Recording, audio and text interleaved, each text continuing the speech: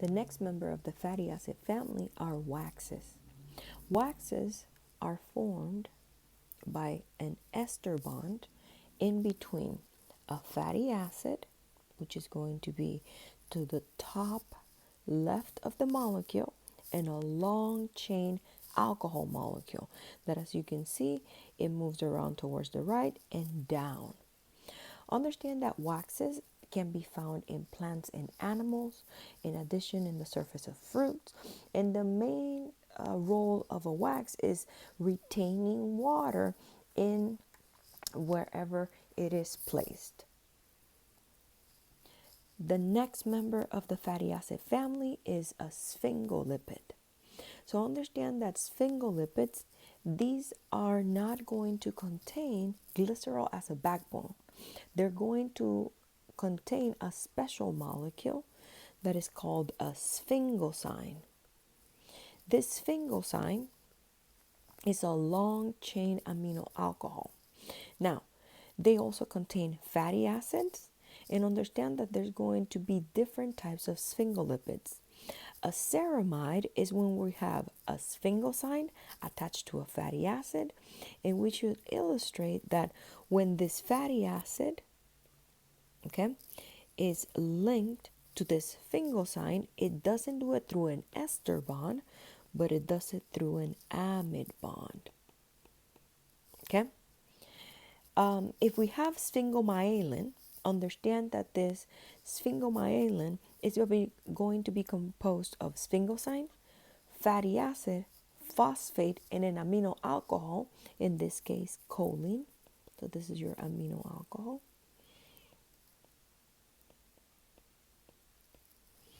And again, similarly, as I expressed in the case of a ceramide, that fatty acid will be linked to your sphingosine through an amide bond. Understand that ceramides are going to be an active ingredient that is used in anti-aging skincare. And the reason why it is utilized is because it revives collagen and the moisture levels in the skin. Sphingomyelin, on the other hand, has roles specifically in neurons because it is found in the myelin sheath that surrounds nerve cells, specifically axons. The last member of the family of fatty acids is going to be glycolipids. So understand that glycolipids are going to be ceramides that contain a carbohydrate attached by a glycosidic bond. So in this case, this carbohydrate in the molecule that I illustrated on the left, in this case, this is glucose. So this is the carbohydrate component. And remember, because they are ceramides, specifically, they're going to be containing a sphingosine and an amide bond, which is the functional group that connects with the fatty acid. Okay? Glycolipids are important because they maintain the stability of the cell membrane and they facilitate cellular recognition. Understand that they are found on the surface of all eukaryotic cell membranes, where they are going to be extending from the phospholipid bilayer into the extracellular environment. When it comes to lipid, there is a second family. They are known as steroids. Understand that steroids are organic compounds that have a 4-ring arrangement in a specific configuration. That specific configuration is known as a steroid nucleus, which has a 6-member ring bonded to another 6-member ring. And as you can see, there's a third 6-member ring followed by a 5-member ring, but they need to be attached in that manner. Now, understand that any type of molecule has this ABCD pattern in its structure that is known as a steroid nucleus, so that molecule will be considered a steroid. If you can see the examples that I have here, for example, the most common steroid that is found in the cell is cholesterol. And as you can see the steroid nucleus in the structure. And on the right, we even have some examples of some sex hormones. In the case of testosterone, estradiol, and progesterone, they all have, I'm just going to highlight it as a whole instead of the individual ring systems. Because as you can see, they can even be benzene rings. It just needs to be 6 carbons, 6 carbons, 6 carbons, 5 carbons. Cholesterol is very important because it's the precursor in the synthesis of steroid hormones and even vitamin D3, and it regulates cell membrane rigidity. Now, when it comes to the sex hormones, remember that those steroids are going to be released in very small amount during the development to signal the body that is going through puberty. Now, when it comes into how are these lipids transported in the body, lipoproteins are going to be the molecules that are going to be transporting these biomolecules in the cell. As you can see here, we have 4 different types of lipoproteins. We have chylomicrons, VLDLs, which stands for very low density lipoprotein.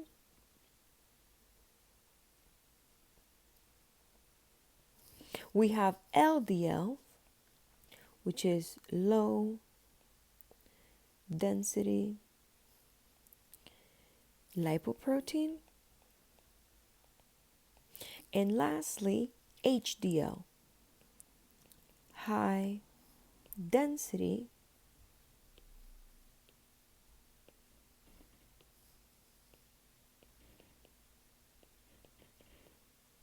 lipoprotein.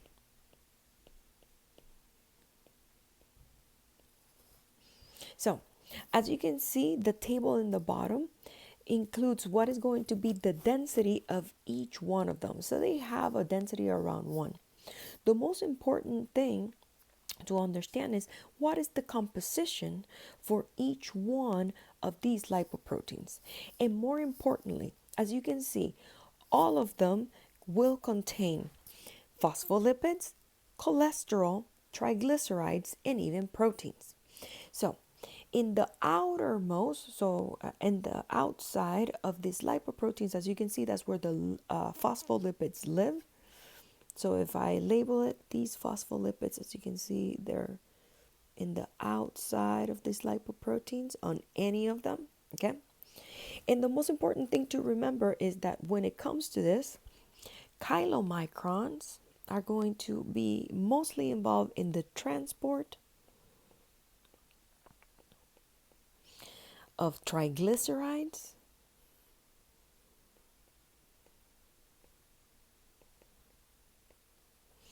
and then the triglycerides is actually what we utilize in energy, okay?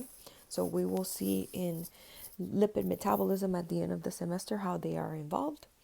Very low density lipoproteins, as you can see, they are involved in carrying cholesterol, but they carry mostly triglycerides. The main 2 that maybe you have heard about in even biology classes is LDLs and HDLs. So let's talk about them a little bit more in detail. So the difference between LDL and HDL, other than the name, is that LDL is considered bad cholesterol, specifically because the role of LDL is to transport cholesterol from the liver to the rest of the body.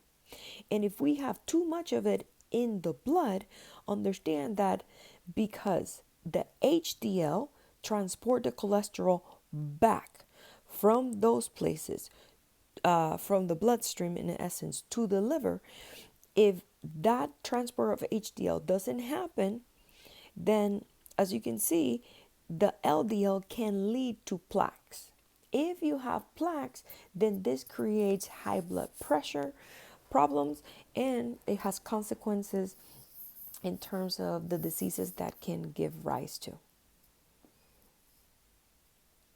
The last topic that we are going to be diving in is going to be section 8.3. Now we're going to be understanding biological membranes. Okay, so understand that every cell has a membrane, and that is called a plasma membrane. Eukaryotes especially have membrane enclosed organelles in addition to that. Understand that these membranes, they play an important role in transporting in specific substances within the cell and even from inside the cell to outside the cell. Now, when it comes to the membranes, understand that these are not just one biomolecule. They have many things that are part of it.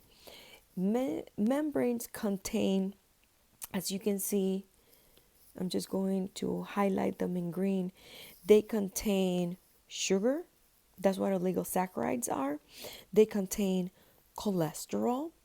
They contain proteins, that they can be integral proteins. They contain phospholipid, and they even have glycolipid. Now, understand that there's different types of membrane proteins. When it comes to integral proteins, okay, understand that they are within the lipid bilayer, and they create kind of like a tunnel within the lipid bilayer.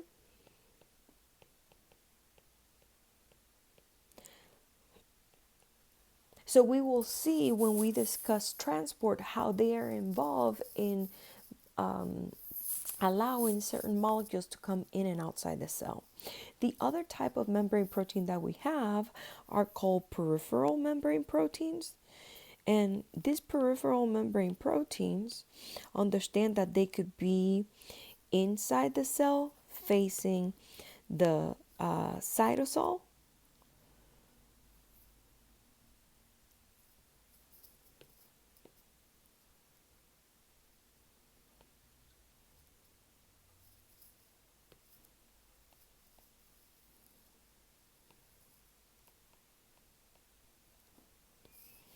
or they can be facing the outside of the cell. As you can see, some of them can even be anchored through lipids, and that is something that this semester we will not be able to discuss because we are not talking about cell signaling. Okay? Now, when it comes to talking about the structure of this membrane, then we must discuss the fluid mosaic model. Understand that this model just tells you the reason why the membrane is built the way that it is. The term mosaic in this model, as you can see, it implies that the membrane is made up not only one component, but many components. The fluid portion of this model just says that there are parts of this membrane that can move around freely, and that is because they are not attached to each other directly in the cell. So having a fluid mosaic system in the membrane allows for different molecules to be able to be transported inside the cell and from inside to outside the cell. So now let's move on to section 8.6, which is the different types of transport that can happen in cells. Okay, so the different types of transport that you guys need to be familiar with for the exam are diffusion, facilitated transport. Let me choose a different color.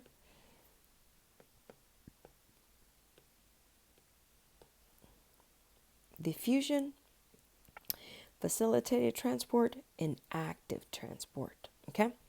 So let's first talk about diffusion. As you can see, diffusion is a type of passive transport. In this type of transport, we're going to have molecules just go through the plasma membrane into the cell. So in diffusion, the types of molecules that can undergo diffusion are going to be small, nonpolar molecules. Examples of that are oxygen and carbon dioxide. As you can see, some proteins actually need a tunnel. In other words, they need a channel to go from outside of the cell to inside the cell. So these channels are formed by integral membrane proteins. Now, as you can see, facilitated transport is because a channel is needed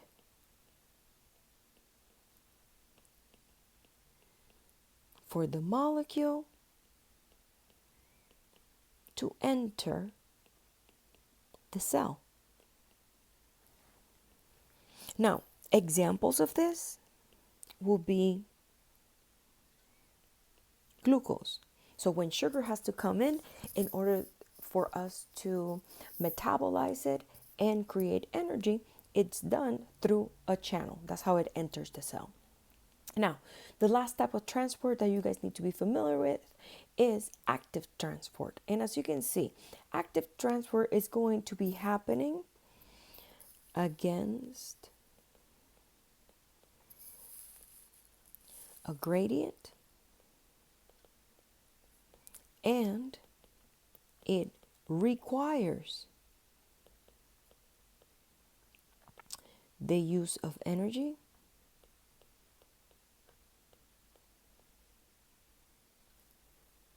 in the form of ATP.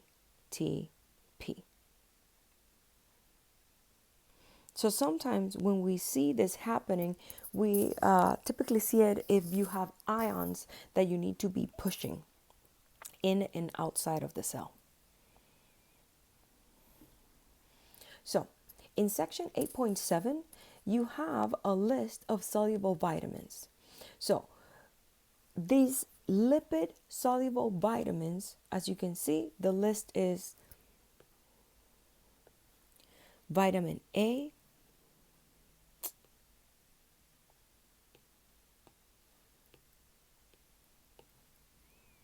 vitamin A, vitamin D, vitamin E, and vitamin K. So these vitamins, as you can see, have very important functions in the cell. We have the structures of all of them in the bottom of the slides. So as you can see, they have large non-polar features. That's why they need to be lipid soluble, because remember that like dissolves like.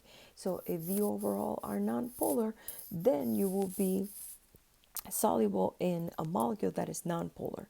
So as you can see, vitamin A is going to serve as a site of the primary photochemical reaction in vision. Vitamin D is important because it actually regulates calcium and phosphorus metabolism. Vitamin E is going to be serving as an antioxidant that is necessary for reproduction in rats, and it be necessary for reproduction in humans. And understand that vitamin K has a regulatory function in blood clotting. A few things that are important to note when it comes to lipid soluble vitamins. Okay, so these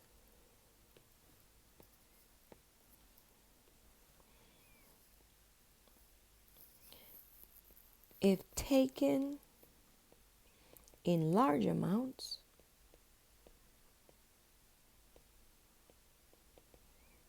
are toxic to the body, because remember, they are lipid soluble, so they're going to be retained in the body.